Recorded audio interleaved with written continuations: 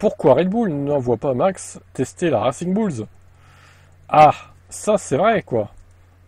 Par curiosité, on aimerait bien voir ce qui pourrait se passer chez Racing Bull. C'est un point sur lequel nous avons travaillé cet hiver. Nous avons réalisé ensuite que nous avions une voiture agréable à piloter, explique Alan Perman. Mais tant que l'on ne commençait pas à courir, il est difficile de l'évaluer. Lors des essais à Bahreïn, nous n'étions jamais vraiment sûrs. Après ça, nous étions assez confiants car nous avions roulé avec pas mal de carburant cette semaine-là. Quand on est arrivé sur les premiers GP, on a vite compris que nous avions fait ce que nous avions fait, et cela a orienté le reste du développement de la voiture. Alan Perman précise que Racing Bulls a sciemment offert à ses pilotes une voiture exploitable. Ça pourrait sembler lié à l'ADN de l'équipe, qui doit former des jeunes pilotes. Mais son patron affirme que ce n'était pas l'objectif principal. Honnêtement, je pense pas, je pense que c'est ce que nous avons découvert au cours de l'hiver, entre l'année dernière et cette année.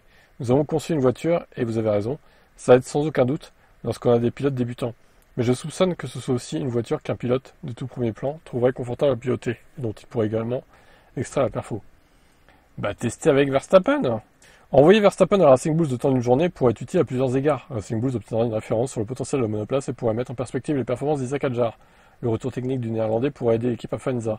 Et surtout, ça donnerait à Verstappen et à Red Bull une vision claire des différences entre les deux autos. Il a été interrogé sur ça. Eh bien, ne parlons pas de ça. Des sources au sein de l'équipe Red Bull laissent entendre que la raison pourrait être liée à la sensibilité politique du sujet vis-à-vis de la concurrence. D'autres équipes dénoncent déjà des liens entre les deux équipes. Et la FIA prévoit de renforcer le règlement pour 2026 afin de mieux définir ce type de relation. Bon, après, si on est resté là, voilà. Il est pour l'indépendance des équipes en F1, ce qui est logique puisque McLaren n'a pas d'équipe B.